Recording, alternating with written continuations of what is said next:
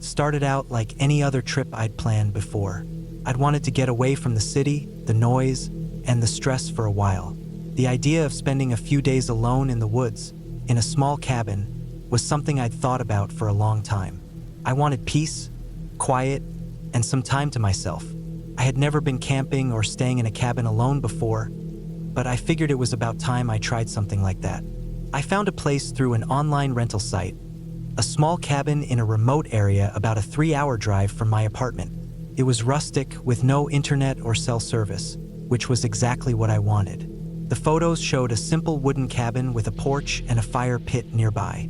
No electricity except a solar panel, no running water, just a well and an outhouse. The area was surrounded by dense forest, with a river running a little distance away. It sounded perfect. I packed a bag with clothes, food supplies, a first aid kit, matches, a flashlight, batteries, a camping stove, and a few books. I made sure to bring enough water and some canned food since I wasn't sure how clean the well water would be. I didn't tell anyone exactly where I was going, just that I'd be off the grid for a few days. I wanted this to be a real break. The drive out was peaceful. I left early in the morning, the roads gradually turning narrower and less maintained as I got closer. At one point, the paved road gave way to gravel and dirt. The forest was thick, tall pines and oaks blocking out most of the sky. The smell of pine needles and earth filled the air. I felt calm. When I arrived, the cabin was even smaller than I'd imagined, but charming in its simplicity. It looked weathered, the wood darkened by years of rain and sun, but structurally sound. I unlocked the door with a key left in a hidden spot as instructed by the owner and stepped inside. It was musty but clean enough. A small wood stove stood in the corner. A few shelves held canned goods and cooking utensils, and a worn-out couch sat by the window. The bed was just a mattress on a frame, covered in a thick quilt. I set my bags down and opened the windows to let fresh air in. I spent the first day settling in. I gathered firewood from a pile near the shed, explored the small area around the cabin, and checked out the river. The water looked clear and cold, running fast over rocks and fallen logs. I even found a few wild berries, but I didn't eat any. Better safe than sorry. At night, I built a fire in the pit outside and sat watching the flames dance, feeling a deep sense of quiet I hadn't felt in years. The second day, I planned to hike a little deeper into the woods. I packed a small backpack with water, snacks, a map, compass, and my flashlight just in case. The trail started just beyond the cabin and wound through thick trees, twisting and turning uphill. I followed it for a couple of hours, stopping to take photos of wildflowers and listen to birds. The forest was alive but calm. No wind, no sudden sounds, just the occasional rustling of leaves. Around midday, I stopped on a flat rock overlooking a small clearing. I sat down, ate a sandwich, and rested. That's when I first noticed something odd. Across the clearing, just on the edge of the tree line, I thought I saw a figure. It was standing very still, maybe 30 yards away. At first, I thought it was someone else hiking, but as I looked closer, the figure didn't move at all. It was tall and thin, wearing what looked like a long coat. I blinked and looked again, but it was gone. I felt a little uneasy, but tried to shake it off. Maybe it was just a trick of the light or my imagination. I got up and headed back to the cabin, keeping an eye on the tree line the whole way. Nothing else appeared. That night, as I lay on the bed, I kept thinking about that figure. The cabin felt colder than before, even though I had the stove burning. The wind picked up outside, rattling the windows and shaking the porch steps. I tried to read a book but couldn't concentrate. Every sound, a branch cracking, an animal moving in the bushes, made me jump. I went outside to check the fire pit, making sure the fire was still burning safely. But something about the night felt different. The third day was the worst. I woke up early before dawn. The sky was still dark, but there was a faint light on the horizon. I stretched and got out of bed, stepping outside to feel the cool morning air. The forest was quiet, the usual morning birds silent. I noticed something strange right away. Around the cabin, the firewood pile was disturbed. Logs were scattered on the ground, and some smaller sticks were broken. At first, I thought maybe a strong wind had knocked them down, but the firewood pile was behind a large tree, sheltered from the wind. I checked the area more closely and found footprints. They were large, barefoot prints in the soft earth, circling around the cabin. I stared at them, heart pounding. They didn't look like animal tracks. They were definitely human. I didn't tell anyone, but fear started settling in. I wanted to leave right then, but I told myself to calm down, that maybe someone had passed by during the night and left before I woke up. I decided to spend the day inside, mostly reading and resting. The sun was out, and the woods looked less threatening. Still, I kept the door locked and didn't leave the cabin much. That afternoon, I took a quick walk down to the river to get fresh water. The sun was bright, and the cool water felt good on my hands. As I filled my bottle, I heard something in the trees behind me, a rustling sound, like someone moving quickly. I whipped around, but there was nothing there. No shapes, no shadows, no people. I didn't stay long and went back to the cabin, faster this time. When I got back, the front door was slightly open. I froze. I was sure I had locked it before I left. I approached slowly, heart racing, and pushed the door the rest of the way open. Inside, the cabin looked untouched, nothing missing or out of place. The firewood was still scattered outside, but inside everything was neat. Still, the feeling that I wasn't alone was overwhelming. I checked every window, locked the door, and pushed a heavy chair against it. Then I sat down, holding a large kitchen knife I found in the drawer. That night, sleep was impossible. Every little sound echoed in the silence. The wind picked up again, making the trees creak and the windows rattle. I stayed awake until dawn, eyes fixed on the door. The next morning, I decided I had to get out. I packed quickly, grabbed my keys, and started the car. I was ready to leave no matter what. Just as I was about to pull out, I noticed something on the windshield. A small bundle tied with twine, hanging from the rearview mirror wiper. I carefully untied it. Inside was a crude drawing on a torn piece of paper. It showed a rough sketch of the cabin with my car parked outside. In the corner, there was a single word written in messy letters: watching. My hands trembled as I read it. I looked around, but no one was there. The forest was still and silent. I locked the car doors and started driving away as fast as I could. For days after, I couldn't shake the feeling that someone had been out there, watching me. The footprints, the open door, the drawing, it was too deliberate to be random. Someone knew I was there, knew where I was, and was playing a game. I never found out who or why. The police said it was probably a local prank or some kids messing around. But the way they found me, the careful notes, it didn't feel like a prank. I haven't gone back to that cabin. I sold the key, cut ties with the rental place, and don't even want to think about it anymore. But every so often, when I'm alone in my apartment, I catch myself listening for a faint noise, a rustle outside the window or the sound of footsteps nearby.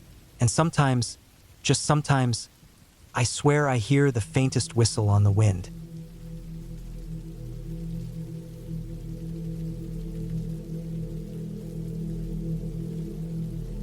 It was the kind of trip I thought would be a nice break from the city. A few days alone at a small cabin tucked away deep in the woods. I had planned it out carefully. No distractions, no internet, just the quiet sounds of nature and the chance to clear my head. The cabin was somewhere I found online, a rental that promised peace and solitude.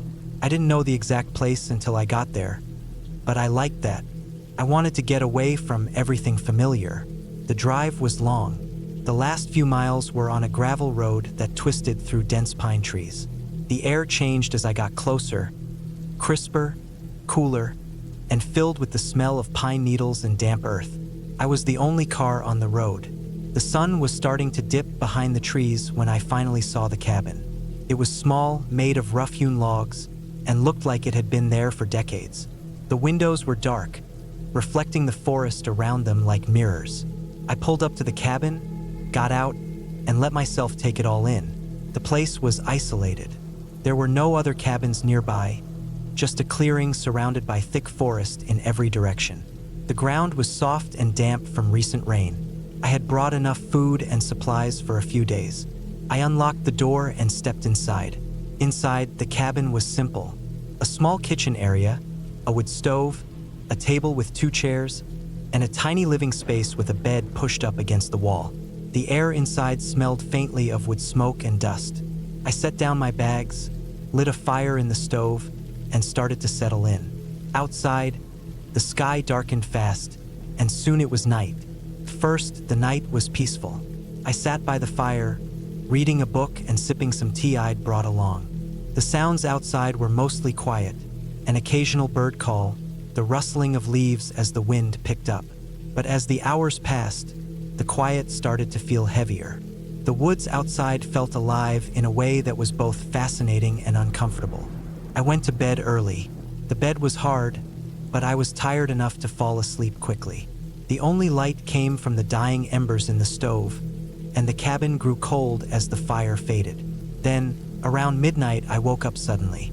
I couldn't say exactly why, but something had stirred me from sleep. At first, I thought I just had a bad dream, but as I lay there, straining my ears in the dark, I heard something outside. It was subtle at first, a faint, scraping sound, like something being dragged slowly across the ground. It wasn't loud, but in the stillness of the night, it stood out sharply. I froze, heart pounding. The cabin's walls were thin. I could almost hear the wind moving through the trees, but the scraping noise was different. It was coming from just outside, somewhere near the edge of the clearing. I lay still, trying to tell myself it was just a branch rubbing against a rock or maybe an animal moving through the underbrush. The sound stopped.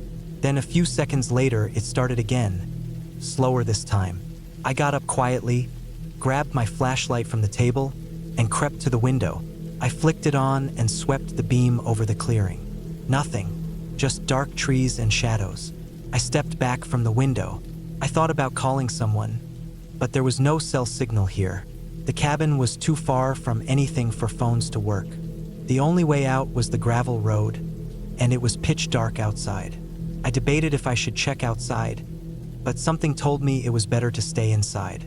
I went back to bed, but I couldn't fall asleep. Every little noise made me jump. The creak of the cabin settling, the whistle of the wind through the cracks in the walls. At one point, I thought I heard footsteps crunching on the gravel outside the cabin. Not far away, but not close enough to see through the window. I kept my eyes open for the rest of the night, flashlight close by, trying to listen carefully.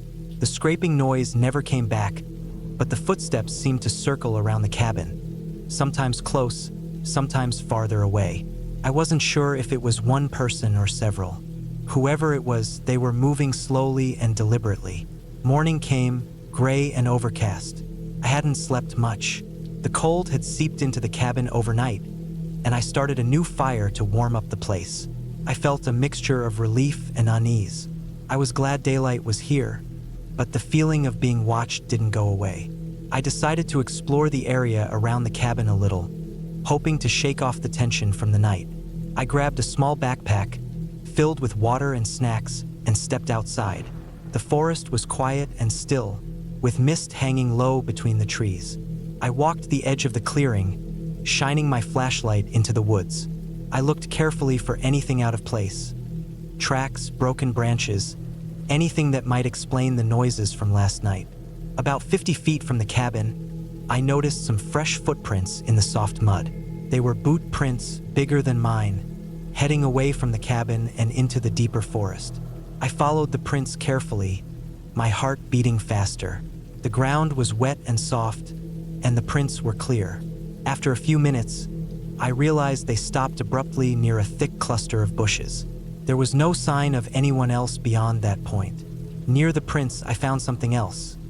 A small, crude pile of rocks, arranged in a way that didn't seem natural.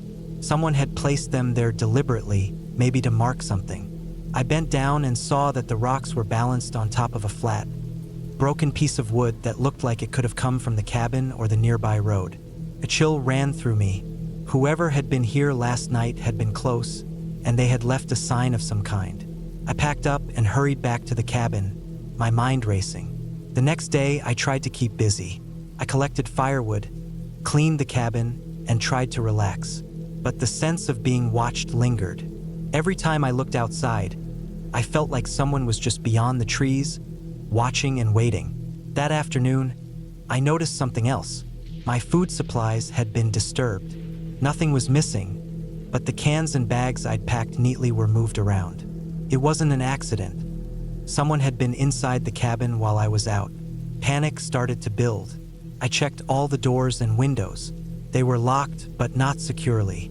The cabin was old, and the locks were flimsy. I realized I could have been followed here without even knowing it. I thought about leaving immediately, but the gravel road was still several miles away. I didn't want to risk walking through the woods alone with whoever had been here. So I stayed inside, boarding up the windows the best I could with planks I found near the porch. That night was worse than the first. The footsteps came again, circling the cabin like predators. Sometimes, I caught glimpses of shadows moving just beyond the porch light. Once, I heard a muffled voice, too quiet to understand, but unmistakably human. I stayed awake, clutching an old hunting knife I found in the kitchen drawer. The fire in the stove was low, but the warmth was enough to keep the cold at bay. I didn't make a sound, hoping the person outside would get tired and leave. Around 3 a.m., the footsteps stopped. There was silence again, but I didn't sleep. When dawn broke, I went outside carefully. The gravel road was empty. The prints were still around the cabin, but no new ones. I packed everything into my car quickly. I didn't stop to look back. The drive back was tense. I kept checking the rearview mirror, half expecting to see headlights or a figure following me. When I finally got to a gas station in town, I called the police. I told them everything I'd experienced. The footsteps, the footprints, the sign someone had been inside the cabin. They said they'd send someone to check it out. Later that week, I learned from the police that the area had a history of squatters and criminals who used abandoned cabins to hide or store stolen goods. The place I rented was apparently one of those cabins, not well maintained or monitored. I realized how close I had come to a dangerous situation. Looking back, I'm glad I didn't try to confront whoever was outside that night. The fear I felt was real, and the risks were real too. The woods may seem peaceful and quiet during the day, but at night, the silence can hide things that are far from friendly. I haven't been back to the cabin since. Some breaks from life are better taken somewhere safe. That's the story, simple, without ghosts or fantasies. Just a reminder that sometimes, the scariest things are the people you don't see, lurking just beyond the edge of the light.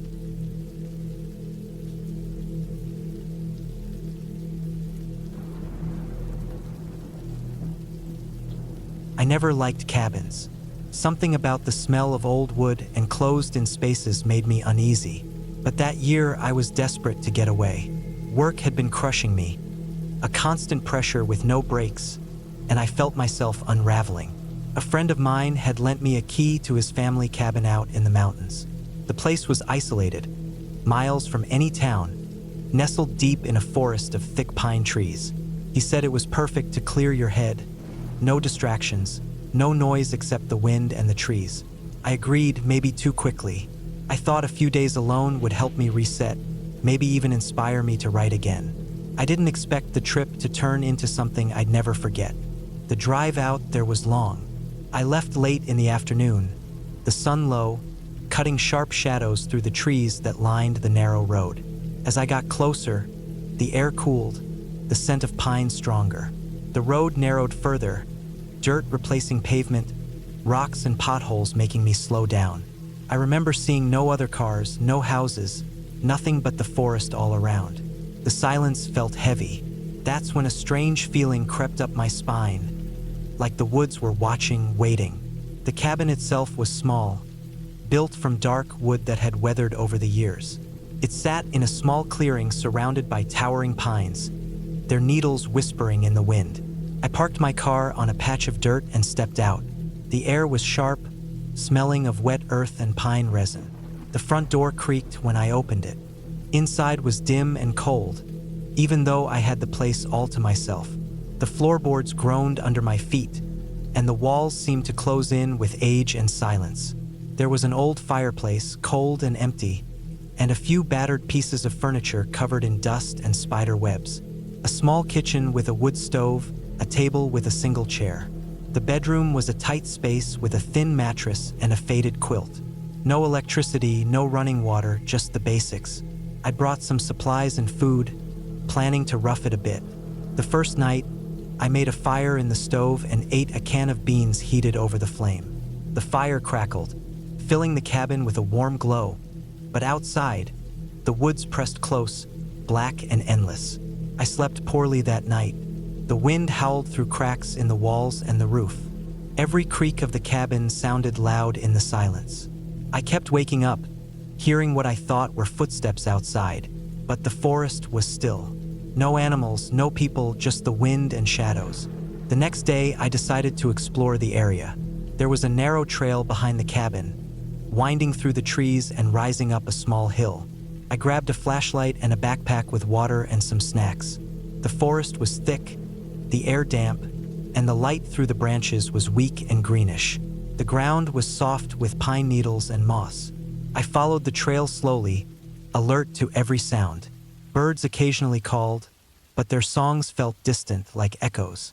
About an hour into the walk, I reached a small ridge with a view of the valley below. The trees opened up enough to see patches of farmland and a tiny cluster of houses far in the distance. The sun was breaking through clouds, casting sharp rays of light across the hills. It was peaceful here, almost beautiful. I stayed for a while, breathing in the cool air, trying to forget the strange tension that had settled over me since arriving. When I turned to head back, something felt off. The trail I had followed looked different somehow, less worn, as if no one had used it for a long time. I double-checked the direction, but the forest seemed denser now, shadows deeper. The trees looked taller, their trunks darker, bark rougher and scarred. The smell changed too. Gone was the fresh pine, replaced by damp rot and something metallic, faint but sharp. I hurried back, but the trail seemed to twist and turn unexpectedly, like I was losing my way. The sun was dipping behind clouds, and the light dimmed quickly. I reached the cabin just as twilight fell. The relief was brief. Inside, the cabin felt colder, the shadows longer, and the silence heavier. That night, the sounds outside changed. The wind dropped, and the usual creaks were replaced by strange noises. Thuds against the walls, something scraping wood. I told myself it was just animals or the cabin settling. But every noise was sharper, closer, like something was just outside the window watching. I spent hours awake, flashlight in hand, staring into the darkness beyond the glass. Nothing moved, but the feeling of being watched stayed. When I finally dozed off, it was fitful and full of dreams where I was lost in the forest, running but never finding a way out. The following morning, I woke early. The air was thick with fog that swallowed the trees outside. I needed to leave, but my car was parked a few hundred yards down a dirt track that looked worse than the road in. The tires might get stuck, but I had no choice. I packed quickly, stuffing leftover food and clothes into my bag. I double-checked the cabin, locked the door, and headed toward the car. The fog made everything look strange and ghostly. Sounds were muffled. My footsteps echoed too loudly, and every crackle of a twig made me jump. About halfway to the car, I stopped. Something was on the path ahead, lying in the dirt. At first, I thought it was a fallen branch, but as I got closer, I saw it was a large, ragged piece of fabric, torn and stained with dark patches that looked like dried blood. My heart pounded. The fabric was old and dirty, like it had been there for a while, but recent enough to unsettle me. I stepped past it quickly, looking around nervously. The fog shifted, and for a moment, I thought I saw a figure standing just beyond the trees. A man, maybe tall and still, but when I blinked, he was gone. I ran the rest of the way to the car, unlocked it, and climbed in. The engine started on the first try, a small relief. As I backed out of the clearing, I glanced in the rearview mirror. The cabin was just a dark shape swallowed by fog and trees. The drive back was tense. The dirt road was slippery and narrow. I kept looking in the side mirrors, expecting to see headlights or another car following me. But the road behind me was empty. By the time I reached the main road, the sun was fully up. The fog had lifted, and the forest looked normal again. Green, alive, calm. I breathed a sigh of relief. Later, I found out there had been a missing person report for a hiker last seen near that area about 2 weeks before. The description matched a man my age, similar build. His clothes matched the torn fabric I had found. Search parties had scoured the forest but never found a trace. The police thought he had gotten lost and succumbed to exposure. I never went back to that cabin. I never told anyone exactly what I felt or saw out there. The forest was just a forest, no spirits, no legends. Just a place where a man got lost and I happened to cross paths with the evidence. That was enough to scare me. But sometimes, late at night, when the wind is strong and the silence thick, I can still hear the faint scrape of something moving just outside, waiting in the dark.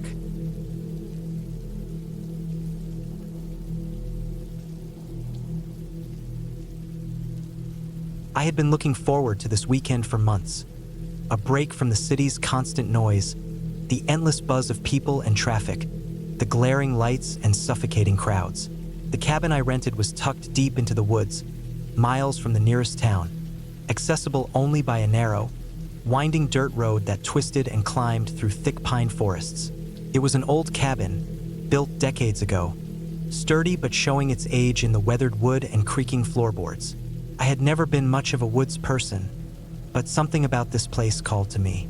The promise of silence, isolation, and a chance to clear my mind. The drive out was slow. The road was rough and pocked with potholes, lined by towering trees that blocked out most of the daylight. The sun was already low by the time I reached the small clearing where the cabin sat. It looked even smaller than in the photos. A squat, rectangular building made of dark brown logs, with a stone chimney rising from one end. There was a small porch with a rusted old rocking chair that creaked faintly in the breeze. The windows were dusty but intact. The door was unlocked, as the owner had promised. Inside, the cabin smelled of old wood, damp earth, and something faintly like smoke that had settled into the walls. The floor was uneven, the wooden planks creaking underfoot.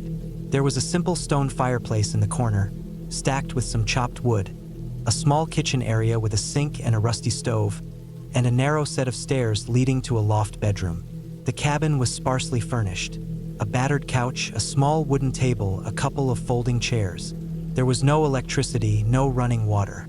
Just a metal bucket for water and a lantern for light. I unpacked my bag and lit a small fire in the hearth. The flames crackled and threw flickering shadows on the walls.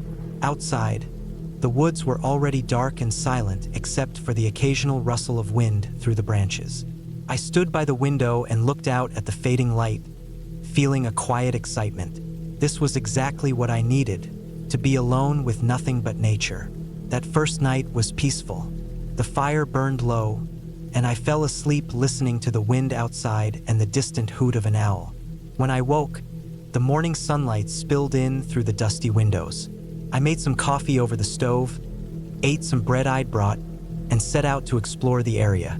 The forest around the cabin was thick with pine and oak trees, the ground soft with moss and fallen needles. There were no clear trails, only faint animal paths that twisted between the trunks. The air smelled fresh and clean, with a hint of pine resin and damp earth. As I wandered further from the cabin, I found a small creek bubbling through a narrow ravine. The water was clear and cold, running over smooth stones and fallen leaves. I spent most of the day wandering, taking photos and enjoying the solitude. The only sounds were the rustling of leaves, the chirping of birds, and the soft babble of the creek. As evening approached, I returned to the cabin, carrying a handful of dry branches and some firewood I'd found nearby. The second night, the wind picked up, howling through the trees and rattling the windows. The fire in the hearth was stubborn, struggling against the draft. I wrapped myself in a heavy blanket and sat close to the flames, reading a book by lantern light. The forest outside seemed alive in a way I hadn't noticed before. Shadows flickered just beyond the windows, and strange noises echoed from the dark. It was around midnight when I first heard it, a low thumping sound coming from outside the cabin. At first, I thought it might be the wind or a branch hitting the wall, but the noise was too rhythmic, too deliberate. Thump, thump, thump. like something heavy being dragged through the underbrush. My heart rate sped up. I stood quietly, listening, straining to hear more. The sound stopped as suddenly as it had started. I checked the door and windows, all locked and secure. I told myself it was probably just an animal, a deer maybe, moving near the cabin. The forest was full of wildlife, after all. I tried to calm down and went back to reading, but sleep did not come easily that night. Every creak and snap outside made me jump. The next day, I searched the area around the cabin, looking for signs of whatever might have been moving out there. I found nothing unusual, no footprints or broken branches, no evidence of larger animals. The forest looked as peaceful as ever in the bright daylight. Still, that night the noises returned. This time it was different. It was a dragging sound again, but closer. I could hear the brush being disturbed just beyond the clearing around the cabin. Thump, thump, thump. It moved around the cabin's perimeter, stopping occasionally, then starting again. At one point, I heard a faint scraping sound, like something being rubbed against the wood. I sat frozen by the fire, clutching a long metal poker I used to tend the flames. The lantern's light flickered, casting tall shadows that danced on the walls. I told myself to stay calm, that there was a rational explanation, but the feeling of being watched gnawed at me. Suddenly, I heard a sharp crack at the back of the cabin, near the small window by the kitchen. I grabbed the lantern and cautiously moved toward the noise. Outside the window, the brush was disturbed, branches bent and scratched. There was a long scratch mark on the wooden frame, deep and jagged. I stood staring at it, heart pounding. I knew then it wasn't just an animal. The marks were too large, too deliberate. Something or someone had been there. My mind raced with possibilities. Maybe hunters, trespassers, but who would be wandering these woods this late at night, and why? The third day, I decided to stay inside as much as possible. I barricaded the back window with a wooden chair, double-checked the locks, and kept the fire burning bright. The sun was hot and bright during the day, but the forest always felt like it was holding its breath. That afternoon, as I was gathering more firewood from a pile near the front porch, I noticed something odd in the dirt near the steps. Footprints. Large footprints. Heavy. The prints were fresh, the earth still soft and moist from an earlier rain. I followed the trail around the cabin. It led through the underbrush toward the trees, then disappeared. I knelt to look closer and saw something caught in the dirt. A torn piece of fabric, dark and coarse. It looked like it could have been from a jacket or heavy shirt. My stomach twisted. I wasn't alone. That night was worse. The noises returned with a new intensity.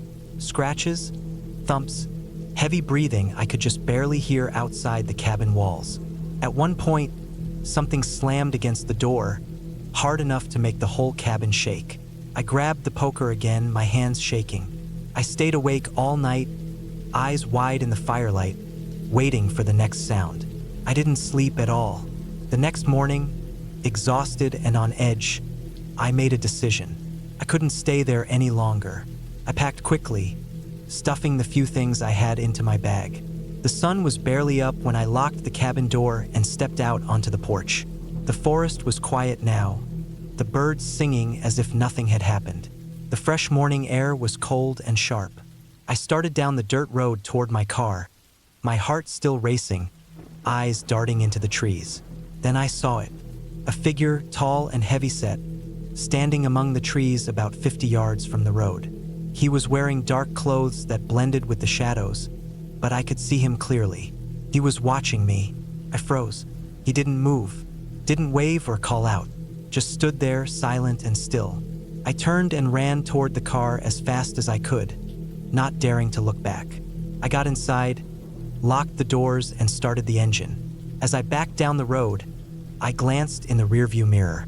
The figure was gone, but the feeling stayed with me, that someone had been there watching, waiting. I didn't return to the cabin after that.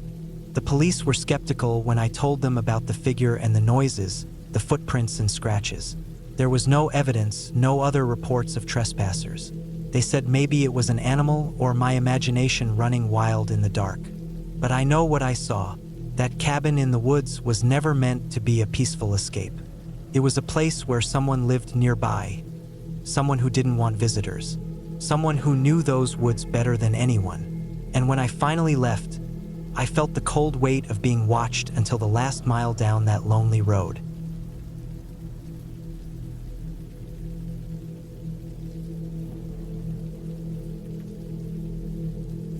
I didn't plan on staying in that cabin for more than a weekend. It was supposed to be a simple break from the city, a quiet place to clear my head, maybe get some fresh air and a bit of peace. I thought a remote cabin in the woods would be perfect. What I got was something else entirely, something I wouldn't forget for a long time. The cabin was tucked away in a dense forest, miles from any town or main road. The last few miles of the dirt road were rough, full of potholes and rocks. I had to drive slow, careful not to damage the car. When I finally saw the cabin, it looked small and old but sturdy. The wood was weathered and gray, but the roof seemed intact. The place sat near a small, slow-moving creek, surrounded by tall pine trees that blocked most of the sunlight. The air smelled sharp, cold, and a bit like wet earth. I parked near the cabin, took my backpack, and walked up the narrow wooden steps to the porch. The door creaked as I opened it. Inside, the cabin was dark but clean. Dust covered the floor and furniture, but there were no signs of animals or pests. It had a small kitchen area with an old stove, a tiny table, a couple of chairs, and a wood-burning stove for heat. A narrow staircase led up to a loft where a bed was pushed against the wall. The windows were small and had thick curtains, mostly drawn. I picked this place because it was cheap and private. No internet, no cell signal, just me and the forest. I wanted to get away from everything for a few days. I set my things down, opened the curtains, and tried to let some light in. The sun was low, casting long shadows through the trees. I made a small fire in the stove to warm up and unpacked a few supplies. First, everything seemed fine. The forest was quiet except for birds and the occasional rustle of leaves. I spent the day exploring the small area around the cabin, following the creek, and watching squirrels dart through the trees. The fresh air felt good after months stuck in the city. As the evening fell, I made a simple dinner on the stove, canned soup and some bread. I sat by the fire with a book, trying to relax. But the cabin felt colder than it should have been, even with the stove going. I wrapped a blanket around my shoulders. Outside, the sounds of the forest changed. The birds quieted down, replaced by the occasional distant howl of an animal I couldn't identify. I heard branches snapping far away, but I figured it was just deer or some other wildlife. Still, something made me feel uneasy, though I couldn't put my finger on it. I went to bed early, tired from the day's travel. The loft was cramped but comfortable enough. I closed the curtains and tried to fall asleep, but the silence was heavy. I heard something outside, a faint tapping, like someone or something was moving near the cabin. I stayed still, listening, telling myself it was just the wind or an animal. The next morning, I woke early and looked outside.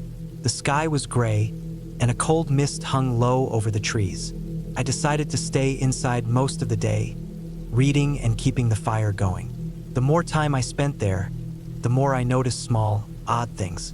The front door, which I was sure I had locked, was slightly ajar when I checked. I locked it again, telling myself I must have forgotten.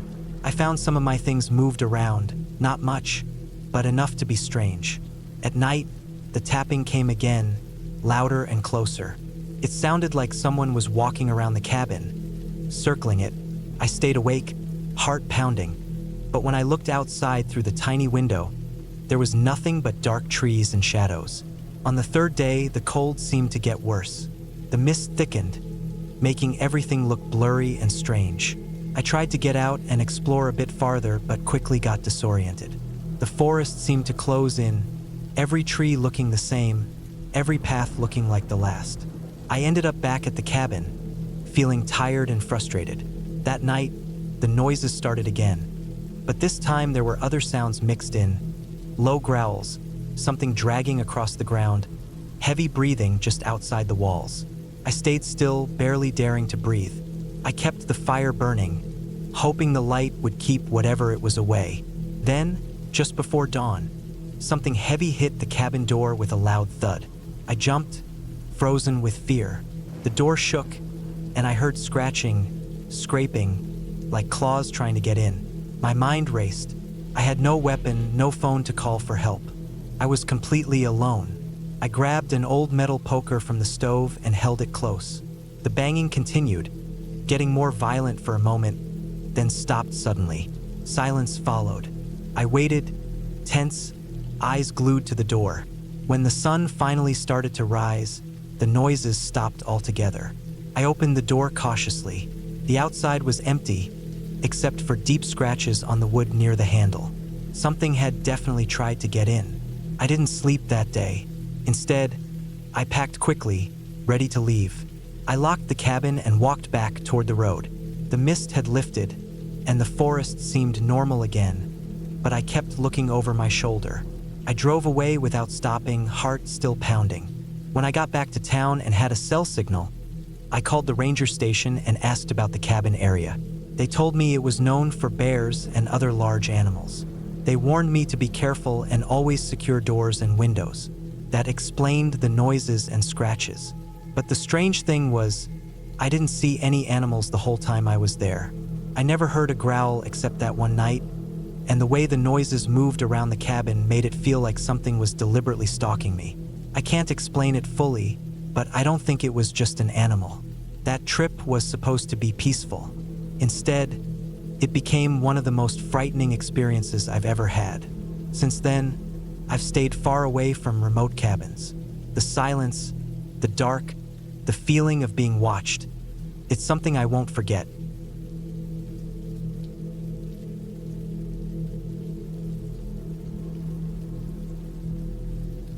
I never thought I'd find myself in a place like that cabin, tucked deep in the woods where cell service was a memory and the nearest road was miles away. I had driven there alone, hoping for a weekend to myself. Just me, nature, and silence. What I got was something I still can't quite explain. Something that still makes my stomach turn when I think back on it. The drive itself was fine. I remember the sun was just starting to fall when I left the highway and took the small dirt road that led to the cabin. The forest was thick on either side. Tall pines and oaks so close together it felt like the trees were swallowing the road whole. My car bounced over loose gravel and the occasional exposed tree root, the tires crunching steadily. I passed a couple of old, rusted signs warning of private property, but my rental cabin was well within the boundaries the owner had given me. I had the keys in my pocket and the address saved on my phone, but I knew the signal wouldn't last long. When I finally pulled up to the cabin, the sun was just a thin line on the horizon. The cabin sat in a small clearing surrounded by trees on all sides. It was old, made of rough-hewn logs, with a stone chimney that looked like it hadn't been used in years. The porch sagged in the middle, and a few windows had curtains that fluttered weakly in the light breeze. Still, it looked cozy and inviting in a way, a quiet place to escape. I unpacked my small bag into the cabin quickly, eager to get a fire going before dark. There was a stack of firewood near the porch, which I assumed the owner had left for guests.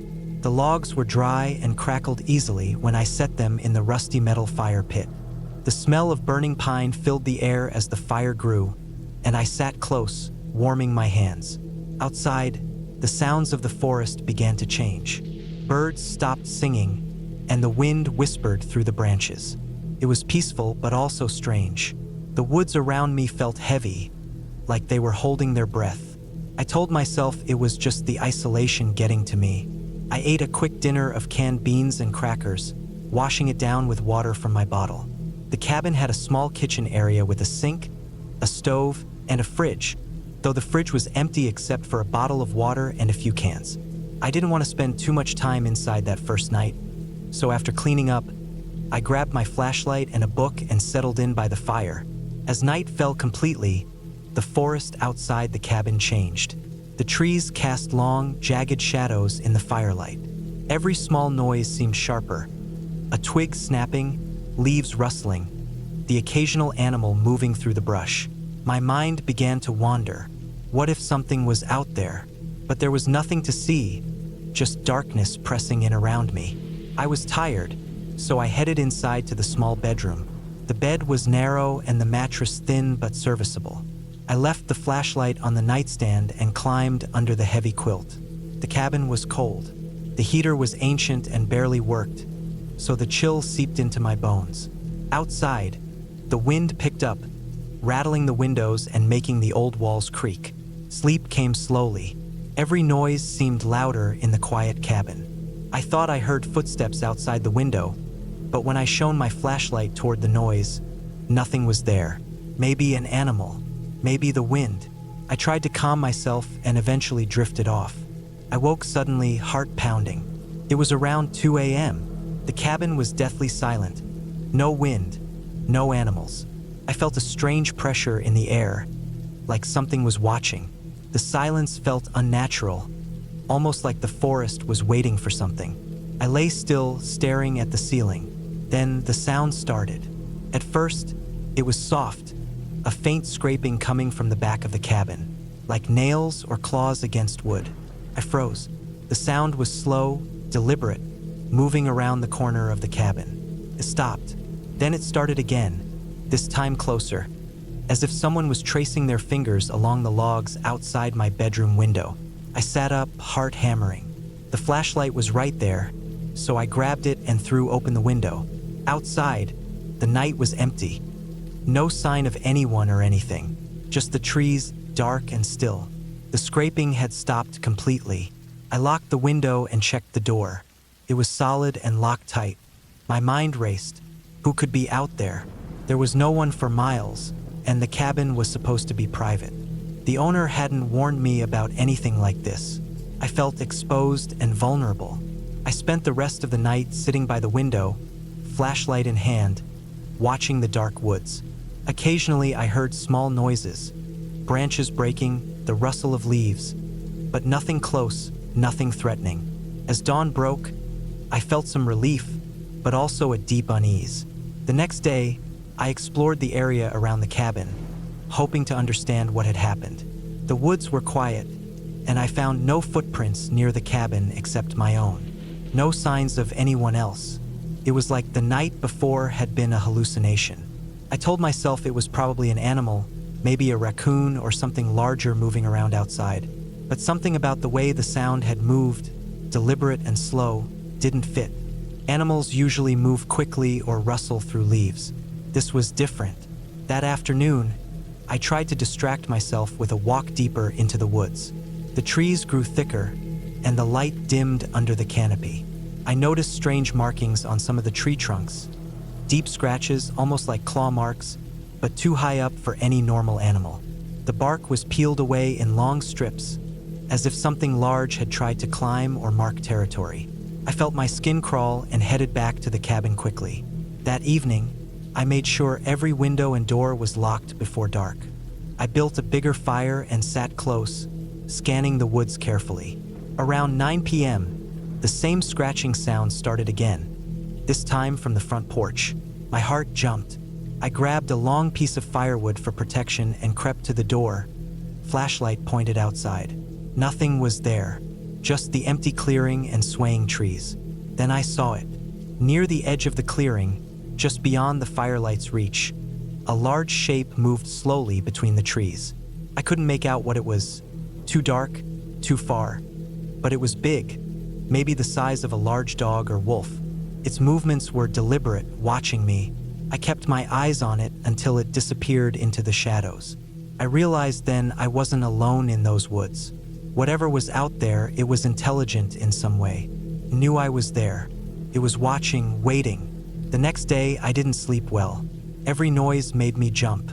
I packed quickly and left, driving back down the rough road toward civilization. The isolation that had seemed peaceful at first now felt suffocating and dangerous. When I got back home, I told myself I'd never go back there again. The cabin wasn't haunted by ghosts or spirits, but the woods themselves held something darker, something wild and real. It wasn't a story I wanted to tell anyone, but I never forgot that feeling of being watched, hunted by something silent and patient. Even now, sometimes when I'm alone in the city, I get the same chill. The memory of that cabin, those woods, and the quiet scratching outside my window stays with me. a reminder that some places are better left alone.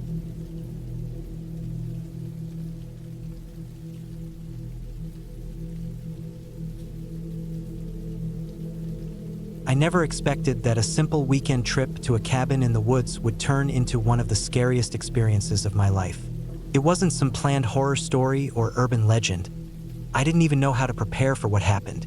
Looking back, I realize how small choices and overlooked signs can spiral into something you never want to face again. This is exactly how it all went down. I had been craving a break from the city, just a couple of days away, alone to clear my head.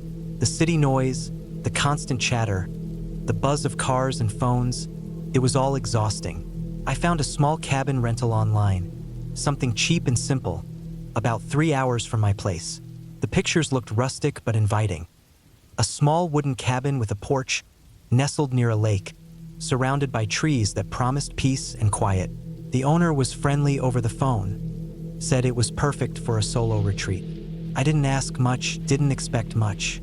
I just wanted silence. I packed a small bag, some clothes, canned food, water, a flashlight, and a few books. No fancy gear. I drove out early Saturday morning, leaving the city behind. The highway gave way to narrow country roads lined with dense forest. The further I drove, the more the trees pressed in on either side, their shadows stretching long even in the late morning sun. When I finally reached the turnoff for the cabin, the road became gravel and then dirt. I had to slow down to keep from kicking up dust. The cabin sat back from the road, almost hidden among tall pines. I parked near the porch and got out, stretching as I looked around. The air smelled like pine needles and earth. The lake was just beyond the trees, its surface calm and mirror-like. The cabin looked older than the photos but solid. The wood was weathered, the windows small but clean. The door opened with a creak, and inside was simple.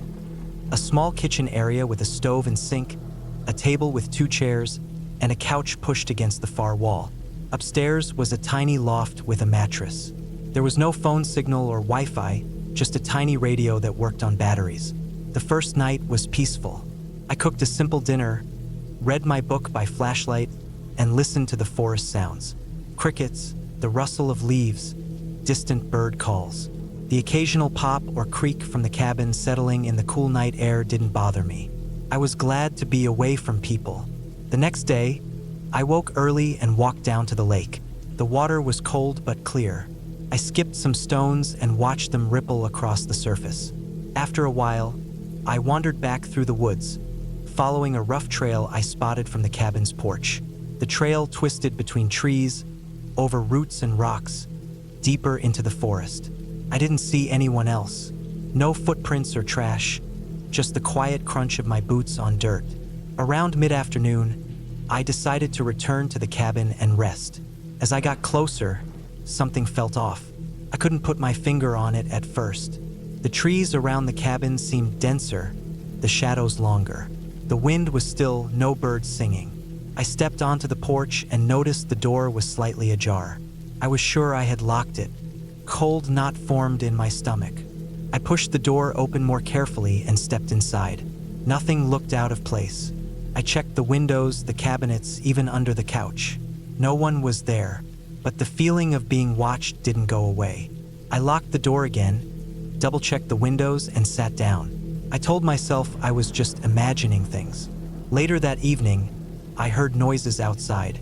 Not the normal forest sounds, but something heavier, footsteps, slow and deliberate. I got up and looked out the window but saw only darkness and trees.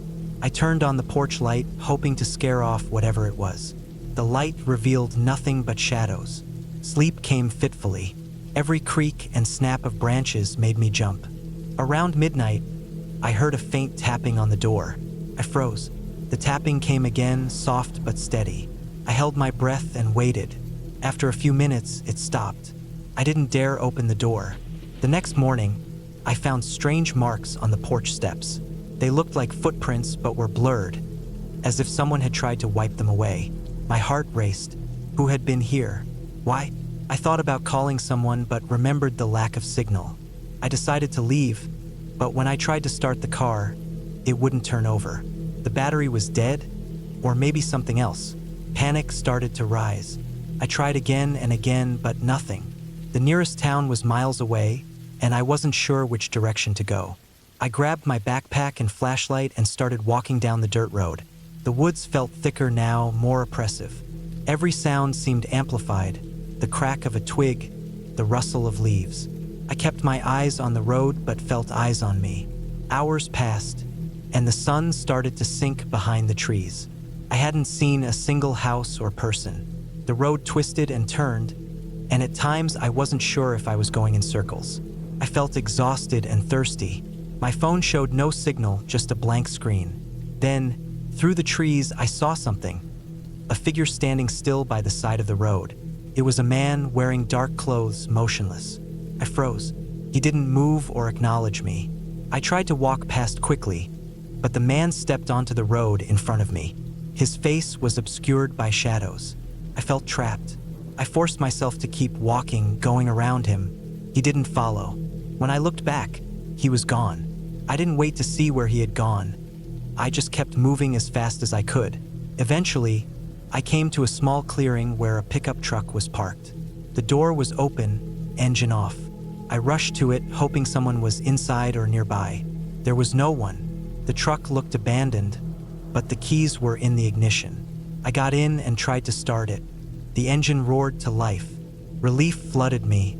I drove slowly back the way I had come, eyes scanning the trees for signs of that man or anyone else. Nothing. I didn't stop until I reached a main road with traffic. I pulled over at the first gas station and called a friend to come get me.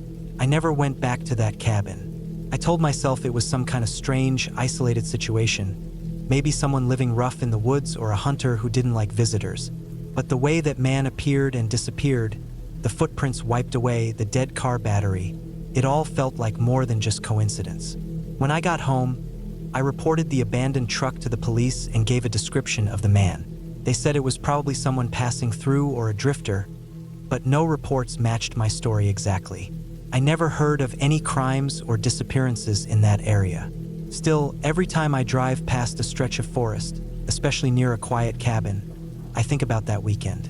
About the loneliness, the sense of being watched, the quiet footsteps in the dark. I learned how quickly things can change when you're alone in a remote place. You can't always count on help. You have to trust your instincts and be ready to move fast. That trip was supposed to be peaceful. Instead, it showed me how thin the line is between calm and fear, and how sometimes the scariest thing isn't what's hiding in the shadows, but the silence that falls when you realize you might not be alone, and that no one knows where you are.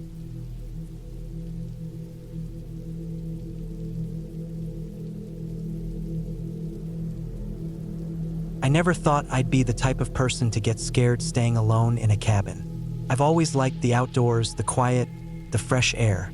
So, when I found that old cabin for rent deep in the woods, I thought it was perfect. A place to disconnect from everything: work, city noise, people. Just me, nature, and a few days of peace. The cabin was small, nothing fancy. It had been empty for a long time, they said.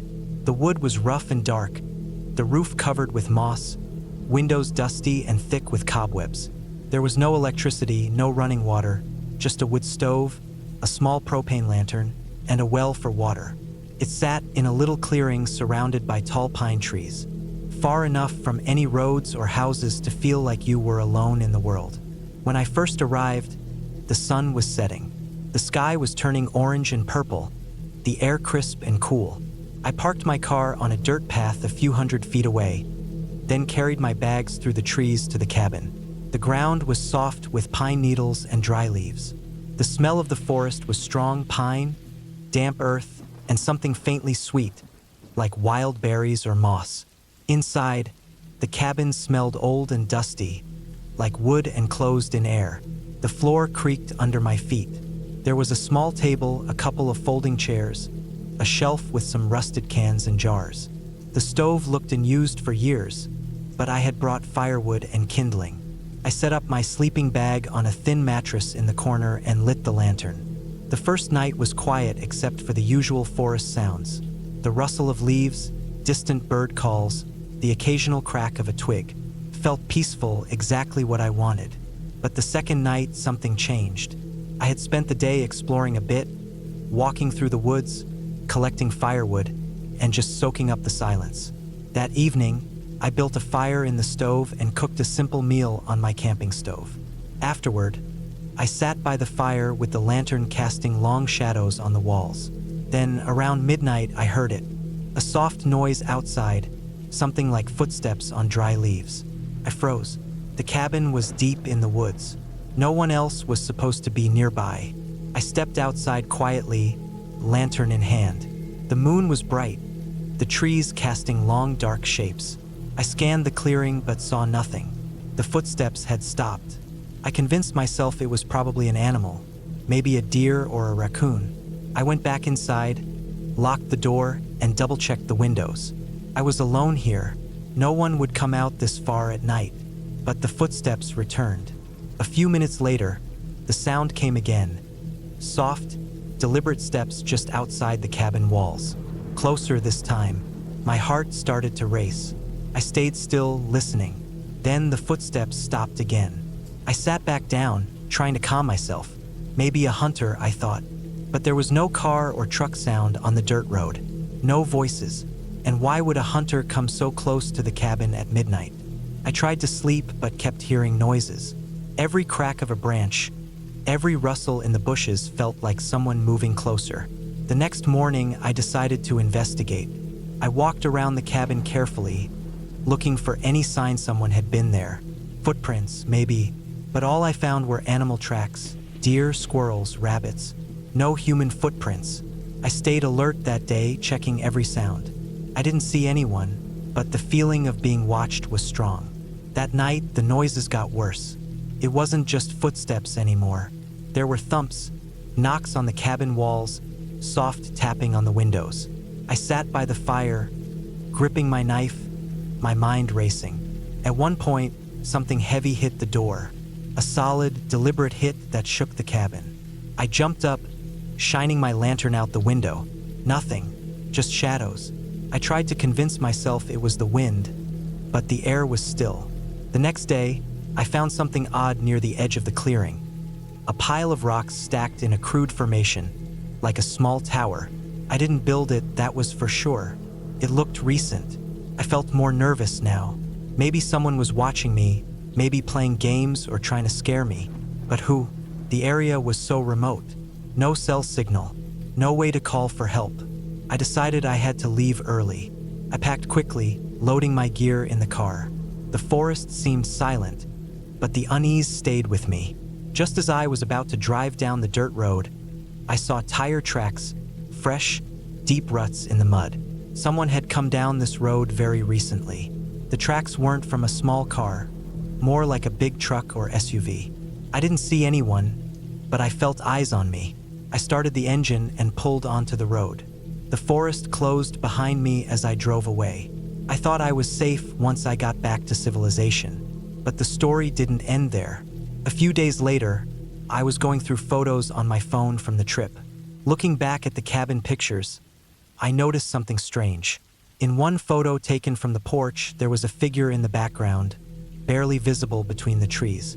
It was dark and blurry, but clearly human-shaped. I hadn't seen anyone when I took the picture. I zoomed in, trying to make it out. The figure wasn't moving, just standing, watching. That's when I remembered something else. A strange feeling I had all along, like I wasn't alone, like someone had been out there, lurking just beyond sight, watching me the entire time. I never went back to that cabin. I told a few friends, but no one believed me. Maybe it was a hunter, maybe someone living rough in the woods. But whatever it wasn't friendly. The lesson I learned was simple. Some places feel empty, but they aren't. Sometimes, being alone in the woods means someone else is there too, and they might not want you around. Now, when I think about that trip, the silence feels heavier, and the woods darker.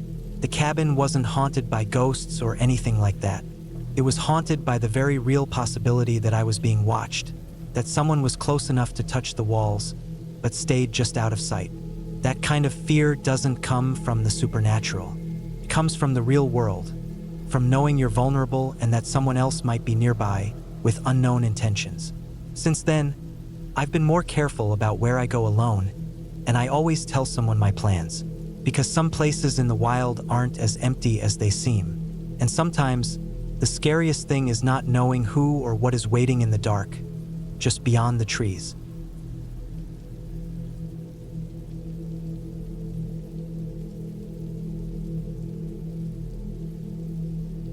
I had been looking forward to this trip for months.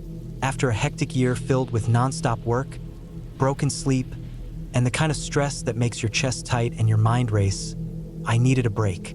A real break. Not a weekend in the city or a quick trip to the beach, but something far away from everything. Somewhere quiet and isolated. A place where the only sounds were the wind, the trees, and maybe a creek nearby. I found a cabin online, deep in the woods of a national forest a few hours from the nearest town. It was nothing fancy. A simple wooden cabin built on stilts near a small lake. No electricity, no internet, no running water. Just a wood stove, a small bed, a kitchen with an old propane burner, and a bucket for a toilet. Perfect for what I wanted. The drive out there was long but peaceful.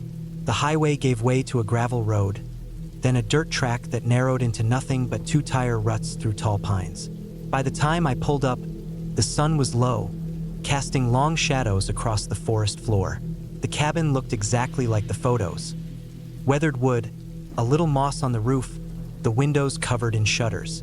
I parked my car beside the porch and got out, taking a deep breath of the crisp air. Pine and damp earth mixed with the faint smell of smoke from a distant campfire. No neighbors, no roads nearby, just the forest. I unpacked slowly, taking my time. The plan was to spend a week alone. I brought some food, canned beans, rice, dried fruit, coffee, some fresh vegetables I figured I could eat in the first few days, and enough water to last.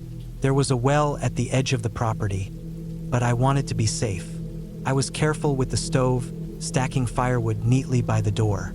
That first night was perfect. I made a small fire in the stove, the warm glow filling the tiny room. Outside, the darkness was complete, the kind you don't get in a city or even a small town. I could hear the faint rustling of animals, the distant hoot of an owl, the crackle of twigs under unseen feet. I felt calm, safe even. The next day, I explored the area. The lake was small, clear, surrounded by mossy rocks and tall trees. I walked along the shore, noticing the broken branches here and there, some deer tracks in the mud. I collected some fallen sticks and built a small pile for firewood. Days passed with a comforting routine. Wake early, drink coffee, read or write in my journal, hike a little, cook simple meals, sit by the stove and watch the fire burn. At night, the woods sounded alive in a way I wasn't used to, but I never felt threatened. It was just nature doing what it does. Then, around the third night, I noticed something strange. When I woke up in the middle of the night to use the bucket, I saw fresh footprints in the dirt right outside the cabin door. They looked like boot prints, heavy, deep. I was careful to check before I went to bed each night, and those prints weren't there the night before. I hadn't seen or heard anyone else, no cars, no voices. I convinced myself it was probably a hunter or another camper passing nearby, but the thought left a prickling unease. The forest felt a little quieter, as if watching. I made sure to keep the door locked and stack some extra firewood against it, more out of habit than anything else. The fourth day, while out gathering water from the well, I noticed a small pile of rocks near the edge of the forest. It wasn't natural. Someone had arranged them there like a marker. I looked around but saw no signs of a trail or path, just the thick woods stretching in every direction. That night, I lay awake longer than usual. The cabin was colder than before, the wind howling through the cracks in the wood. Around midnight, I heard a sound, soft at first, like footsteps on dry leaves, then louder, heavier. It circled the cabin slowly, never quite stopping. I froze, my heart pounding. The noise was too deliberate to be a deer or some small animal. Whoever was outside was watching, waiting. I thought about calling the police, but I had no signal here. No way to call for help. I grabbed a hatchet from the kitchen, something to defend myself with, and waited in silence until the noises stopped. The next morning, I found something that made the fear real. On the porch, near my boots, someone had carved a single word into the wood. Leave. The letters were fresh, sharp, and deep, not just scratched with a stick, but carved with a knife or some sharp tool. The message was clear. Someone was telling me to get out. I felt a surge of anger and confusion. Who would come out here to threaten me? I was alone, unarmed except for my hatchet, miles from anywhere. I considered leaving then and there, but I had no car keys on me. I'd locked the car and taken the cabin keys inside for safety. I had no phone. I was trapped for the moment. I checked the locks again and put all the furniture in front of the door. I stacked heavy logs by the windows and pulled the shutters closed tight. The rest of the day I stayed inside, too scared to go out. By nightfall, the sense of being watched was worse. I kept the fire burning all night, ready with my hatchet. Outside, the sounds returned. Slow, deliberate footsteps circling the cabin, sometimes stopping, then starting again. I couldn't tell if they were human or animal, but the pacing was too careful to be random. At dawn, I forced myself outside to look for clues. Around the cabin, the footprints were clearer. They circled, some coming close to the windows, others stopping just beyond the porch. Then, something I hadn't noticed before. A scrap of fabric caught on a branch. It was torn, old, and smelled faintly of smoke. I packed some supplies, ready to leave as soon as I could get to my car. But as I stepped off the porch, I heard a faint noise from the trees. A branch snapping, distant but deliberate. I ran to the car, heart pounding. The gravel crunched under my boots as I jumped inside, locked the doors, and started the engine. The first few seconds were quiet, but then I saw movement in the rearview mirror. A figure, tall and dark, standing at the edge of the tree line, watching me. I floored the gas, gravel spraying behind me. The drive back on the dirt road was tense. Every shadow seemed to move. Every bend in the road looked like a person waiting. I kept my eyes on the rearview mirror, but the figure never appeared again. When I reached the highway and cell service, I called the police. I told them everything, the footprints, the carved message, the figure watching me. They said they would send a ranger to check the area. That night, I stayed in a motel. I couldn't sleep, imagining what might have happened if I hadn't left when I did. The idea that someone had been watching me for days, tracking me in the woods, was chilling. The next morning, I got a call from the ranger. They had found evidence near the cabin. A small campsite, old fire pits, discarded food wrappers. No people were there, but they suspected it was a group of squatters or hunters who had been hiding out in the forest. The ranger warned me to avoid going back alone and said there had been reports of people living illegally in that area, sometimes aggressive toward visitors. After that, I never went back. The idea of someone so close, watching silently, ready to intimidate or worse, haunted me. The cabin, which once felt like a peaceful refuge, was now a place I associated with fear and vulnerability. It was a lesson in how isolation can be dangerous, not because of ghosts or monsters, but because of real people. People who hide in the shadows and don't want to be found. The forest is not always friendly, and sometimes the scariest things are the ones you can't see.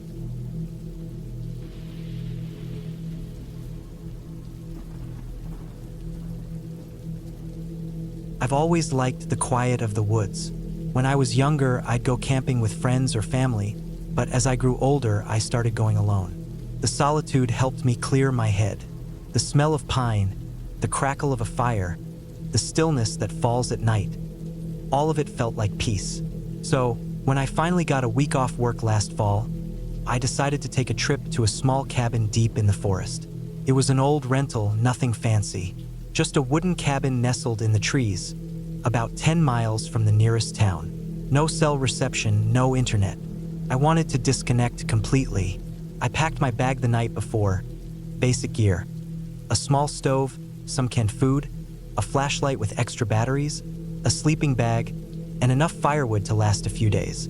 I also brought a good book and a journal, something to keep me company during the quiet moments. The drive to the cabin took longer than I expected. The last few miles were on a narrow, gravel road that wound through dense trees on both sides. The sun was dipping low by the time I reached the cabin. It looked exactly like the pictures online. weathered wood, a porch with a couple of rocking chairs, and windows clouded with dust. The lock was old but sturdy. I had the key taped under the flower pot by the door, just like the owner had instructed. Inside, it smelled like old pine and something faintly musty. The cabin was small. A single room with a little kitchenette on one side, a wood stove in the center, and a narrow bed against the far wall. There was a small bathroom with a cold water tap and a tiny shower. It was basic, but it would do. I unpacked my things and started a fire in the stove. The warmth filled the room quickly, and I felt that familiar calm settle over me. Outside, the wind whispered through the trees, but inside, I was safe. The first night passed without incident. I slept well, waking only once to hear the soft crunch of leaves outside. I convinced myself it was an animal and fell back asleep. The next day, I explored the area around the cabin. The forest was dense but not overgrown. I found a small creek about 100 yards from the cabin and sat by the water for a while. The air was crisp and fresh, and the sunlight filtering through the branches made everything look golden. I collected some dry wood for the fire and headed back to the cabin. As evening fell, I lit the stove again and cooked some beans and rice. After dinner, I sat on the porch, watching the stars appear one by one. The sky was clear, and the Milky Way stretched overhead like a pale river. It was beautiful and calming. That night, I slept fitfully. The wind had picked up, rattling the windows and making the trees groan. I kept waking up, convinced I heard footsteps outside. Each time, I would lie still and listen. The footsteps never came closer, and eventually, I drifted off. On the third day, I decided to explore a little further. There was a narrow trail marked on the map that led to a small ridge about 2 miles away. I packed a day bag with water, some snacks, and my phone, though I didn't expect any signal, and set off. The trail was uneven and slippery in places, but nothing too difficult. The forest felt alive around me. The buzz of insects, the calls of birds, the occasional rustle of small animals in the underbrush. It was peaceful in a way that made me forget about everything else. When I reached the ridge, the view opened up. I could see the treetops stretching out in every direction, a sea of green fading into the distance. The sky was cloudless, and the sun warmed my face. I sat there for a long time, writing in my journal and just breathing. On my way back, I noticed something odd on the trail. There were footprints in the soft mud, 2 sets actually. One looked fresh, maybe from that morning. The other was older, but both were human. I frowned. The map said the trail was rarely used, and I hadn't seen another person since I got to the cabin. I quickened my pace, eager to get back before dark. When I reached the cabin, I checked the perimeter. Nothing seemed out of place. The firewood pile was still stacked neatly, the door locked tight. That evening, I sat inside and read by the stove's light. I tried not to think about the footprints. Maybe it was a hunter or a ranger, I told myself. The forest wasn't completely isolated after all. But as night fell, unease crept in again. The wind was stronger now, howling around the cabin and rattling the window panes. Every so often, I thought I heard branches snapping nearby, just beyond the edge of the porch light. I kept the door locked and the curtains drawn. I double-checked the windows before turning in for the night. Around midnight, I woke to a loud noise outside. It was a heavy thud, like something hitting the side of the cabin. My heart jumped. I froze, straining to listen. Then I heard another sound, a dragging noise, slow and deliberate, coming from the back of the cabin. My mind raced. Could it be an animal? A bear? Maybe, but the thud was too loud, and the dragging too slow for a wild animal. I grabbed my flashlight and crept to the window, trying to see outside. The beam cut through the darkness, illuminating the trees and the porch, but nothing moved. I stayed awake for the next hour, flashlight in hand, listening to the wind and every little sound outside. Eventually, exhaustion took over, and I fell back asleep, but my dreams were restless and full of shadows. The next morning, I found the back door ajar. I was sure I had locked it. My hands shook as I closed it tightly and checked every window and door again. On the ground outside, the grass was disturbed, and there were more footprints. They led around the cabin, circling it, then vanished into the woods. I didn't want to believe someone had been here, but the evidence was there. Someone had been close enough to touch the cabin, maybe even open the door. I packed up my things that day, deciding I wouldn't stay another night. The idea of being alone out here with someone unknown nearby was too much. As I loaded my gear into the car, I looked around one last time. The forest seemed peaceful again, but I knew better. The silence was hiding something. The drive back to town was uneventful, but I couldn't shake the feeling of eyes watching me from the trees. When I finally got back to civilization, I locked my doors and didn't look back. I never went back to that cabin, and I never found out who or what had been there with me. The experience stayed with me, a reminder that sometimes the scariest things aren't ghosts or monsters. They're other people and the unknown they bring with them.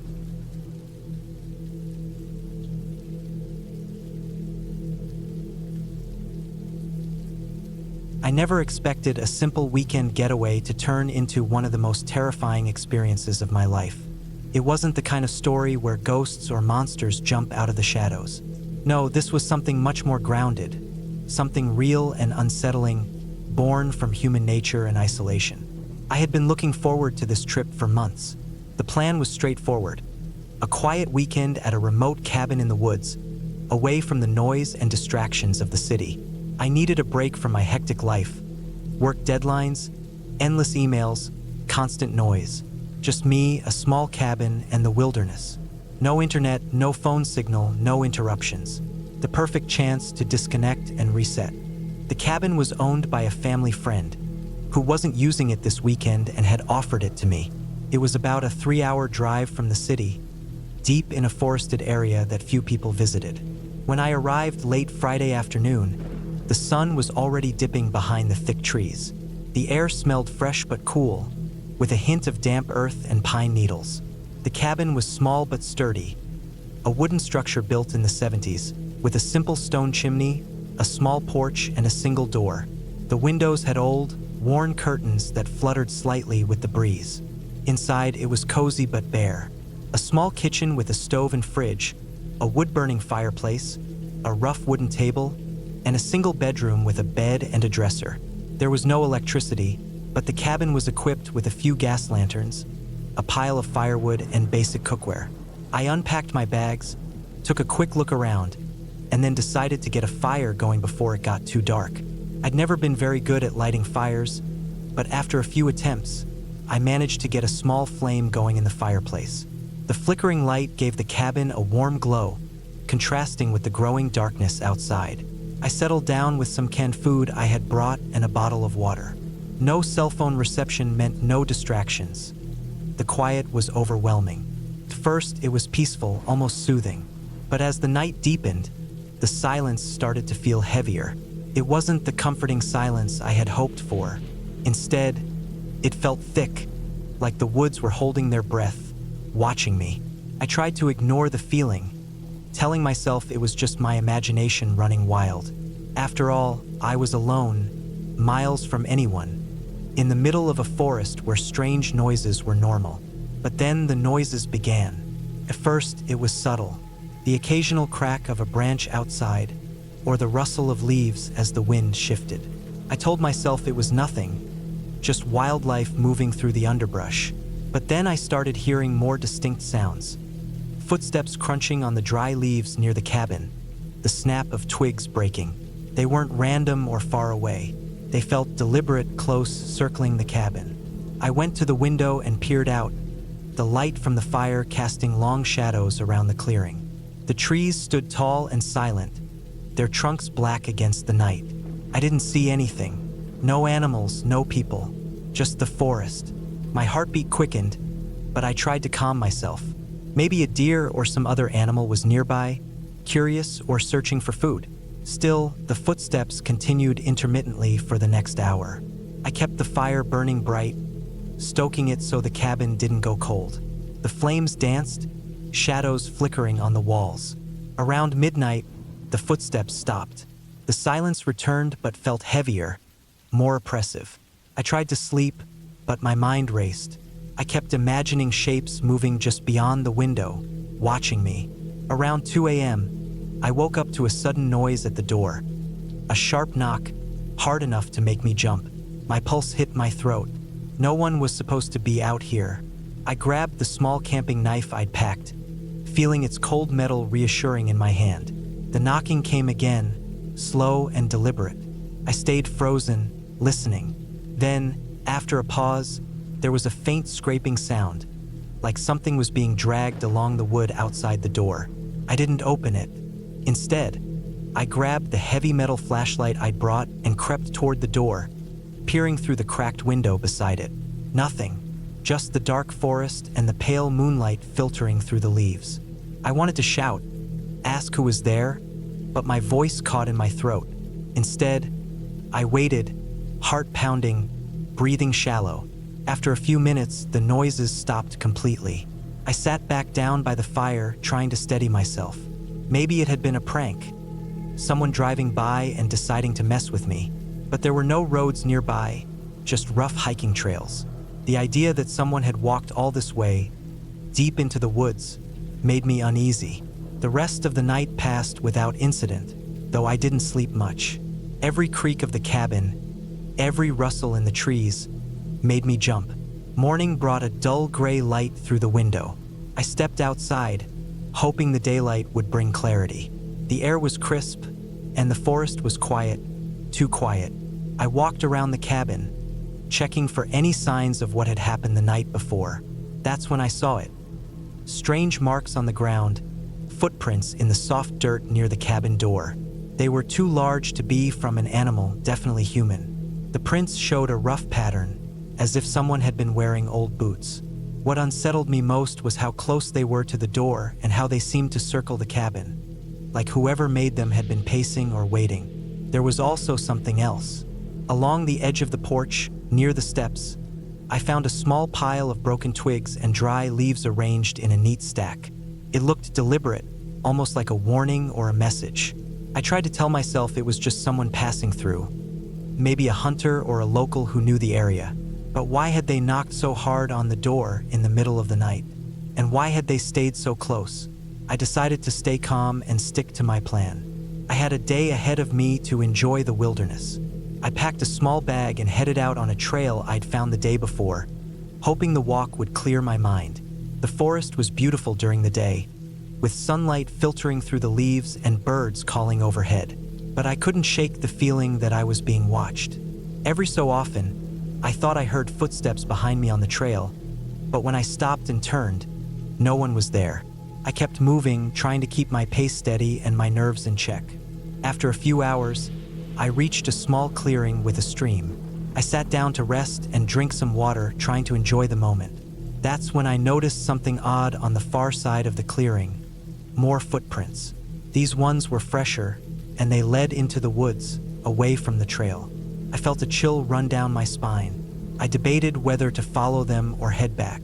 Against my better judgment, curiosity got the best of me. I followed the prints, carefully stepping over roots and stones.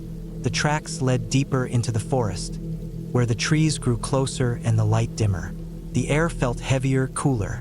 The footprints ended near an old, rusty metal barrel lying on its side, half buried in leaves and dirt. I looked around, but saw nothing else. No sign of a person, no clues, just the barrel and the quiet forest. That night, back at the cabin, I took extra precautions. I locked the door with the old rusty latch, stacked more firewood against it, and placed the heavy flashlight right by my bed.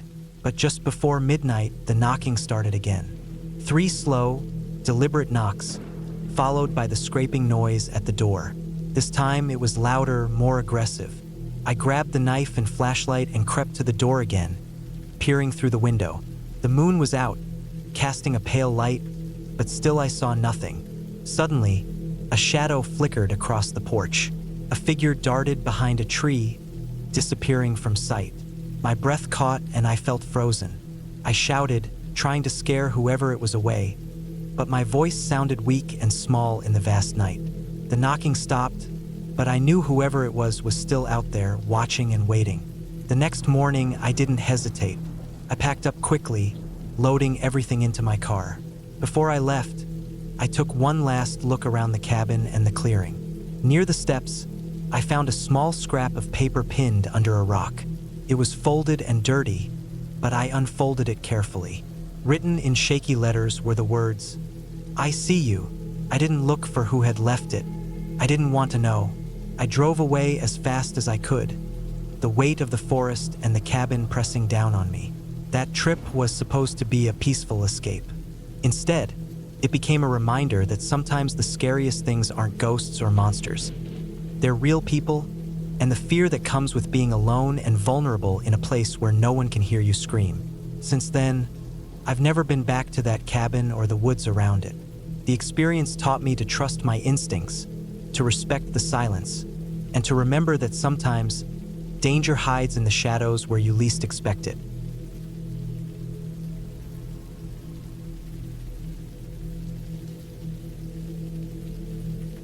I wasn't supposed to be out there that night, but that's what happens when you underestimate how far isolation can stretch in the middle of nowhere. It started as a simple trip. A few days off work, a break from the city, a chance to breathe. I'd found this cabin online, a remote little place deep in the forest, far enough from anything to guarantee peace. No phone signal, no internet, just me, the trees, and the quiet. I thought it'd be a perfect escape, the kind of place where you can lose yourself in silence and nature. The drive itself was long, 8 hours from the city, winding roads that twisted through thick woods and rolling hills. The GPS signal dropped around the last stretch, so I had to follow hand-drawn directions the owner sent me. After the last turn, the dirt road narrowed into a trail barely wide enough for a single car. It was rocky and uneven, with roots and potholes threatening to tear the undercarriage of my rental. The sun was already low in the sky, the late afternoon shadows stretching long and deep through the trees. I remember feeling a bit uneasy the closer I got. It wasn't anything I could explain logically, just that uneasy sense you get when you realize you're stepping into a place where very few people go. The cabin itself was smaller than I expected, roughly 20 by 20 feet, made from old timber that looked weathered by decades of sun, rain, and snow. It sat on the edge of a small clearing surrounded by tall pine and fir trees, dense enough to blot out any view beyond the immediate area. The porch creaked when I stepped onto it, and the door stuck slightly before I pushed it open. Inside was sparse but clean. A small wood stove in one corner, a fold-out cot against the far wall, a little table with a few chairs, and shelves lined with outdated books and some canned food left behind by previous visitors. The smell was a mix of old wood, dust, and pine resin that had soaked into every surface. I had one main goal for this trip. No distractions, no internet, no noise, just quiet and the woods. But I wasn't naive. I brought a flashlight, a small first aid kit, enough food for a week, and a decent knife. No gun, no walkie-talkie, nothing fancy because I didn't expect to need it. I was alone but prepared, or so I thought. The first day went exactly as planned. I spent hours hiking trails nearby, watching birds and squirrels, collecting pine cones, and just soaking in the silence. At night, I lit a fire outside the cabin and sat on the porch, listening to the crackle of flames and the occasional rustle of animals moving in the brush. I slept soundly, the kind of deep sleep you only get when you're physically tired and mentally calm. It was the second night when things started to shift. I woke around 2 in the morning to the sound of something outside. At first, I thought it was just an animal, a raccoon or a deer moving near the cabin. But as I lay still in the cot, listening, I noticed something else. A faint scraping sound, almost like nails on wood, coming from somewhere in the darkness beyond the porch light's reach. It was slow and intermittent, not continuous, but enough to prick my nerves awake. I grabbed my flashlight, careful not to turn it on too loudly and draw attention, and edged to the door. Peering out, the woods looked impossibly dark and dense, shadows pooling between trees. The beam of my flashlight caught patches of undergrowth but revealed nothing unusual. I called out softly, but only the wind answered, rattling branches overhead. I told myself it was nothing, an animal, the wind against the cabin's old wood, anything but a person. But my stomach tightened with unease. I shut the door and locked it, double-checking the latch, and climbed back into bed. The scratching noises stopped, but my mind kept running. The next day, I decided to explore further, to keep busy and maybe shake off the feeling. I followed a trail that led uphill, deeper into the forest, where the trees grew thicker and the ground was softer with fallen leaves and moss. The air was cool and damp, the smell of earth and pine overwhelming. I found a small stream and filled my water bottle, then sat on a rock for a moment, breathing in the stillness. But something about the forest felt wrong. Not dangerous exactly, but unsettling. The birds had gone silent. No insects buzzed near me. Even the wind had died down, leaving an eerie stillness. I kept looking over my shoulder, expecting to see movement just beyond sight. After about an hour, I turned back to the cabin. The walk back felt longer, slower. The shadows grew thicker as the sun dipped below the trees, and I quickened my pace, anxious to get back before dark. When I arrived, the cabin looked the same as before, but the unease had deepened. The porch light flickered weakly, and the wind whispered through the pines in a way that sounded almost like voices. I locked the door behind me and sat down at the table, trying to focus on dinner. Then I heard it. Outside, a heavy thud against the side of the cabin. It was solid, loud enough to make me jump. I grabbed my knife and edged to the window, peering out into the blackness. Nothing was there. No movement, no figure, just the thick trees and shadows.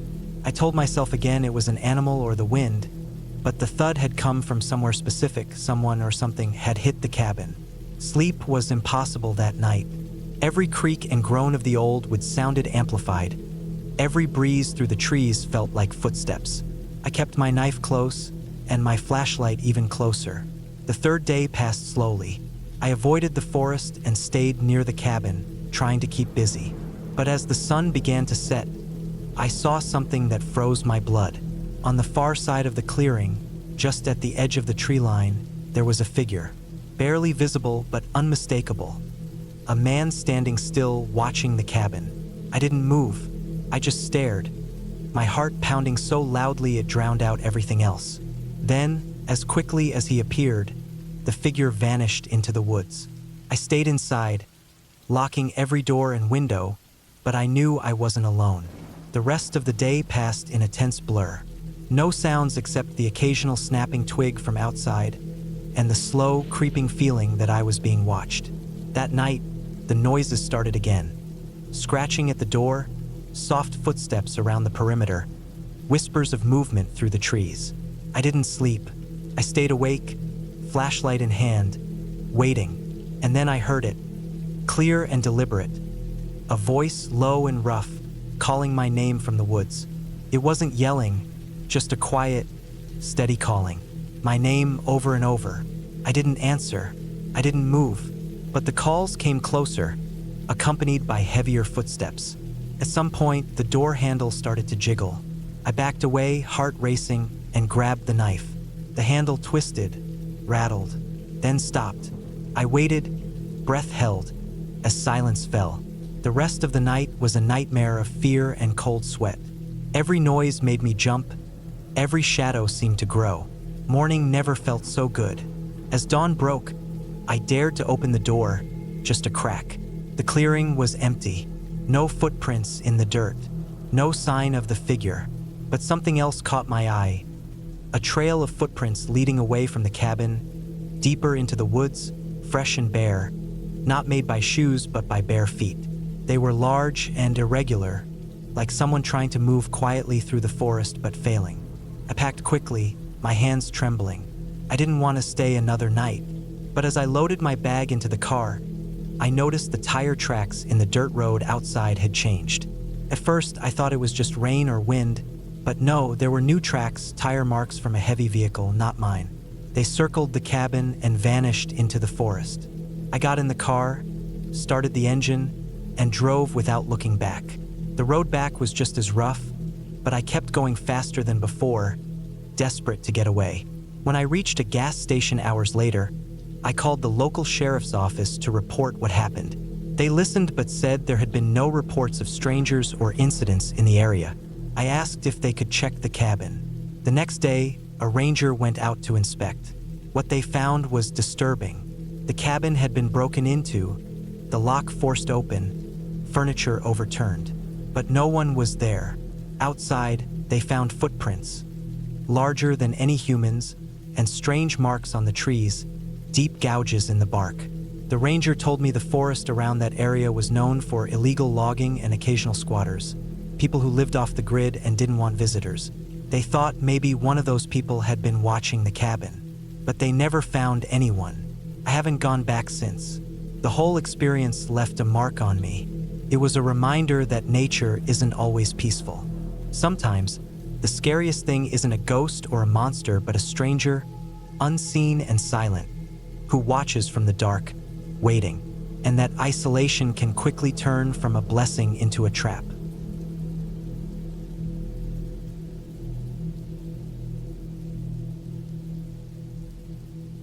It's late summer when I decide to go alone to a cabin deep in the woods. Not for fun exactly, but to clear my head, get away from everything for a while. Work had been a mess. People were always needing things. The city was loud and full of faces I didn't want to see. The kind of noise that keeps you from thinking. So I found this old rental cabin online, way out in the middle of nowhere, and booked a week. The cabin was simple. No running water, no cell signal, just the basics. A small wood stove, a few pots and pans, a rough bed, and a stack of firewood. It sat on a slight hill, surrounded by trees so thick that the sky barely showed through. A dirt road, mostly overgrown, led to it from a main gravel road about a mile away.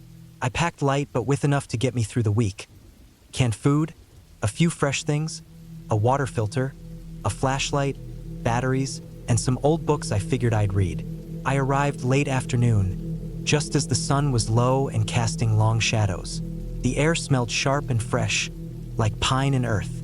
The cabin looked exactly as it did in the photos, worn, weathered, but solid. The door creaked a little when I opened it. Dust hung in the air, motes drifting in the beams of light from the windows. The floorboards groaned underfoot.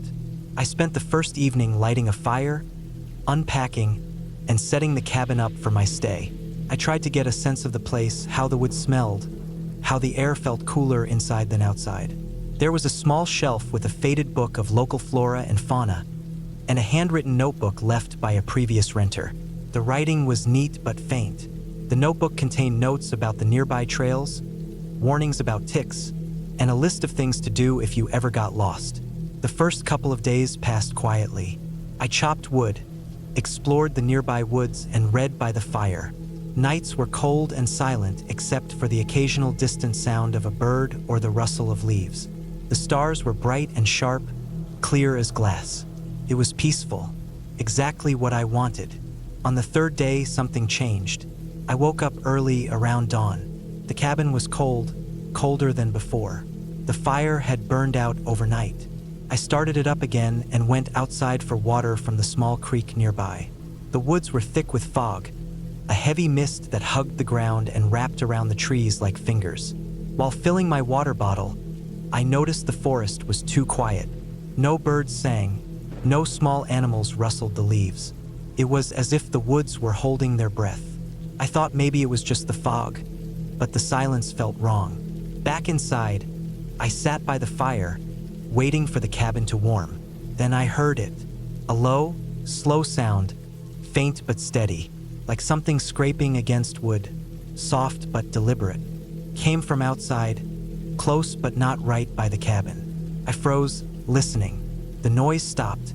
I told myself it was probably an animal, maybe a deer or a raccoon knocking branches or stepping on dry bark. But I couldn't shake the feeling it wasn't normal.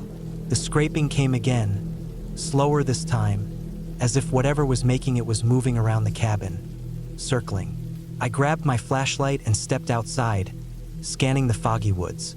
I walked slowly around the cabin, shining the beam into the fog, trying to spot the source.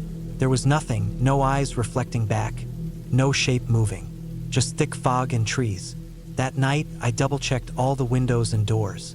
The cabin felt closed in, small, and cold. I lay awake for hours, hearing the wind whisper through the trees, mixed with the faint scratching sound that seemed to come and go. On the fourth day, I decided to hike one of the trails listed in the notebook. It was supposed to be a loop about 3 miles through the densest part of the forest. The notebook warned of slippery rocks near a small waterfall at the trail's end. I packed water and a little food and set out mid-morning. The trail was narrow and muddy in places. The fog was still thick, hanging low among the trees. The silence persisted. No birds, no bugs, no animals. I kept expecting to see something. Maybe a squirrel darting, a bird fluttering, but nothing moved. As I walked deeper into the woods, the air grew colder, even under the canopy. The dampness seeped through my clothes. After about an hour, I reached the waterfall. It was small, a thin stream trickling down mossy rocks into a pool. The sound of the water was the only noise for miles. I sat on a rock to rest and ate a granola bar. The sun was trying to break through the fog, but it was stubborn and thick. Suddenly, I noticed something odd near the base of the waterfall. Footprints. Big ones. They looked fresh and human but too large to be mine or any normal-sized person's. I stared at them, heart picking up. There was no one else on the trail today. No signs of a group or other hikers. The footprints headed off the trail into the deeper woods, where the ground was soft and wet. I debated following but decided against it. I didn't want to get lost. I headed back to the cabin, glancing over my shoulder a few times. The silence still weighed on me. No birds, no animals, nothing. Back at the cabin, I locked the door and sat by the fire, trying to calm down. The footprints made me uneasy.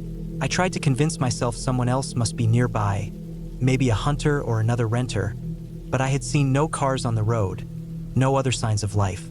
That night, the scraping sound returned, louder and closer. It moved around the cabin in a slow circle, stopping now and then. I sat in the dark, clutching my flashlight, waiting for it to stop. At one point, I heard a heavy thud on the roof. A single, dull hit like something big had dropped on the cabin. I froze, my breath shallow. I waited for another sound, but the night stayed still. I didn't sleep much. The next morning, I found scratch marks on the roof's wooden shingles, deep gouges in the wood, fresh and raw. The wood looked like it had been clawed or scraped with something sharp and heavy. I thought maybe a large animal had climbed up or fallen onto the roof, but nothing made sense. The nearest large wild animal I knew of was a bear, but bears don't climb roofs like cats. And the footprints at the waterfall weren't animal prints. They looked like human feet but much bigger.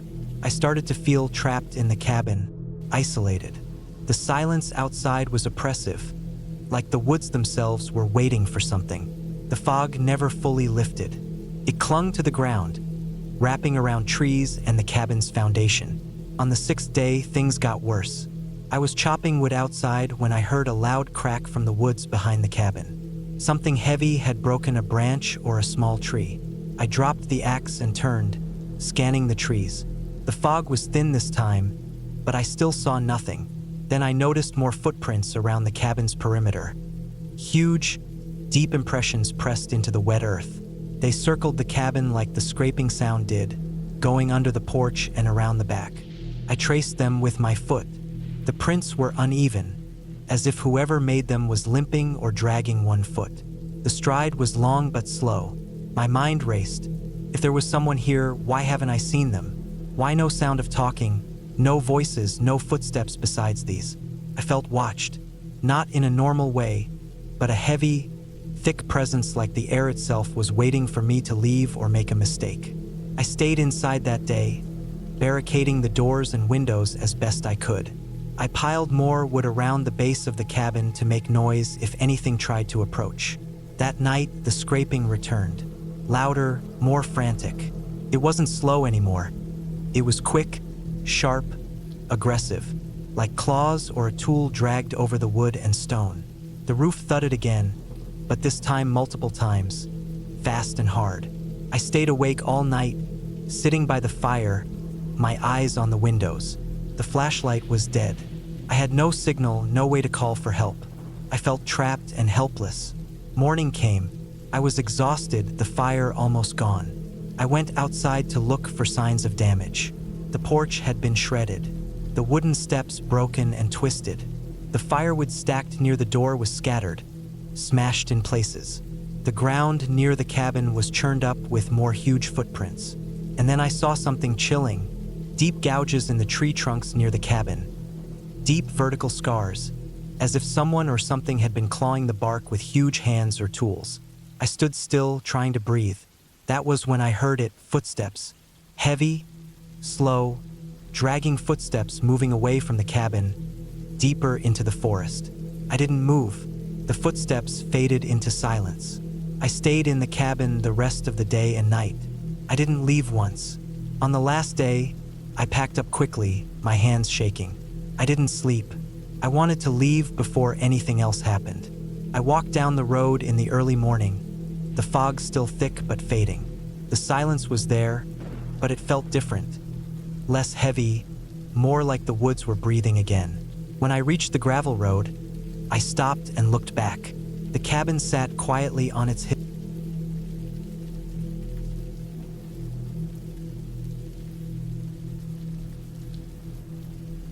It was late October when I decided to spend a few days alone at the cabin. The place wasn't far from the nearest town, but far enough to feel isolated. I had been craving a break from the noise and constant pressure of the city. Work had been exhausting, and I just needed to disconnect. The cabin was old but sturdy, surrounded by dense forest with no neighbors for miles. I knew what I was getting into: no internet, no cell service, just the woods and me. I arrived just before sunset. The sky was a dull orange, the kind of light that softens everything, making the trees look more like shadows than solid things. The road to the cabin was a narrow dirt track, rough in places, with fallen leaves and small branches scattered about. I had to drive slowly, gripping the steering wheel tight, concentrating on not hitting a rock or sliding on the wet ground. When I got there, the cabin looked the same as it did in the pictures online. Weathered wood, a small porch, a chimney with no smoke. I had brought some food, water, a few books, and a small camping stove. The cabin had a wood-burning stove inside, but the chimney was clogged from the looks of it, so I decided not to risk lighting a fire that night. I unpacked quickly, set down my bag, and looked out the window at the forest. It was quiet, too quiet. I spent the first evening just getting settled. I checked the windows and doors to make sure everything was locked. The cabin wasn't new, so the locks were rusty, but they worked. I ate a simple meal, canned soup heated on the stove, and sat in the dim light of a small lamp. The power was unreliable here, and I wasn't expecting to have electricity every night. The silence was thick. No birds, no wind, no animals. Just an almost unnatural stillness. It was the kind of silence that makes you listen for sounds that don't exist. I told myself it was just the time of day and the season. Late fall meant most animals had gone into hiding or migration. The forest was preparing for winter. That night, I slept poorly. The wooden floorboards creaked now and then, and every time I turned over, I caught a glimpse of something moving in the dark outside the windows. Probably just the wind shifting branches. I tried not to think about it. I reminded myself I wasn't alone here. Not really. The trees were all around, and sometimes the wind sounded like a faint whisper through their branches. The next morning, I woke to a thick fog hanging low over the trees. The air was cold and damp, heavy with the smell of wet earth and decaying leaves. I put on my jacket and stepped outside. The dirt track was barely visible through the mist, and the forest looked like a gray wall closing in all around me. I decided to go for a walk to clear my head. As I walked, the fog made everything eerily quiet. My footsteps muffled on the soft ground. I kept to the path, though it was more of a narrow trail worn down by past visitors. The forest was dense with tall pines and oaks, their trunks dark and slick with moisture. Fallen leaves made the path slippery. I had my phone with me, but no signal. I wasn't expecting to get any. About half a mile in, I came across an old wooden sign, almost hidden by moss and vines. It was weathered, the paint peeling, but I could just make out the words, "Private property, no trespassing." That surprised me. I didn't think anyone owned the woods around here. The map I'd studied before coming said it was public land. I turned back toward the cabin, feeling a slight unease. Maybe someone had recently claimed this land, or maybe the sign had been there for years and I had never noticed. Either way, I felt a little foolish for wandering off the path. When I got back, I closed all the curtains. I didn't like the way the fog made the forest look like it was watching me. I stayed inside most of the day, reading and writing in my journal. The cabin felt colder than before, and the dampness crept into the walls, making the air heavy. That evening, as the light faded, I decided to light a small fire in the wood stove. I grabbed some dry kindling and logs from the stack outside. The wood was old and dry, but the chimney was still clogged, so I had to open the windows to avoid smoke filling the room. The fire was weak, but it gave off some warmth and light. I sat close to it, feeling a little safer. Outside, the fog had thickened, and the world was reduced to a narrow circle of light around the cabin. The trees stood like silent sentinels just beyond, their shapes blurred by the mist. I could hear the occasional snap of a twig or rustle of leaves, but no clear sound of animals or birds. I noticed something odd after a while. There was a faint sound in the distance, like footsteps on the dirt road. Slow, steady, deliberate. It wasn't close, but it was there. I stopped what I was doing and listened carefully. The sound came and went, fading with the wind and returning again. I checked the windows and doors again. Locked. I told myself it was probably a hiker or someone driving on a nearby road I hadn't noticed before. But no cars had passed during the day, and the road to the cabin was a dead end. Still, I tried not to let the thought creep in that someone was out there, watching. I spent the rest of the night trying to ignore the sound. I kept the fire going, though the smoke made the cabin feel stuffy. Eventually, I fell asleep with the windows slightly open, the sound of footsteps fading into the distance. The next morning, the fog was gone, replaced by clear blue skies and bright sunlight. The forest looked completely different, alive, full of color and light. I felt better. Maybe it had all just been my imagination. I took a long walk, staying close to the cabin this time. I collected some firewood, checked the area around the cabin for anything unusual. That's when I noticed something else.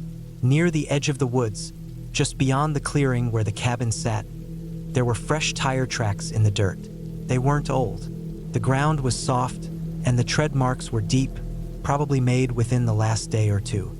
But I hadn't seen any vehicles, and the road was blocked by fallen trees further down, so it couldn't have been from me or anyone coming from the other side. That set my mind racing. Who had been there? Why? I looked for footprints but found none, except my own. The tracks led toward the woods and disappeared. I decided not to panic. Maybe someone had driven in earlier in the week and left. The forest was public after all. Still, I made a mental note to be more careful. That afternoon, I tried to get the wood stove working again. I cleaned the chimney as best I could, scraping out the buildup.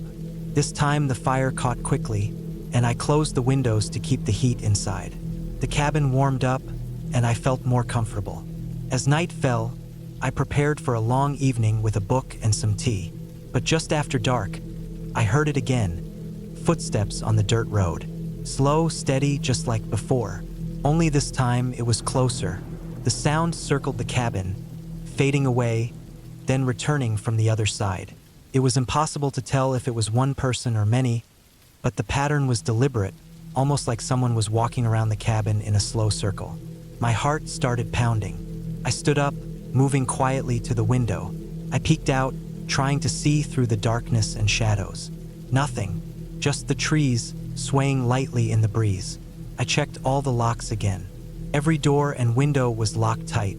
I grabbed a flashlight and a small pocket knife I always kept with me when hiking. It wasn't much, but it felt better than nothing. I sat back down, trying to calm myself.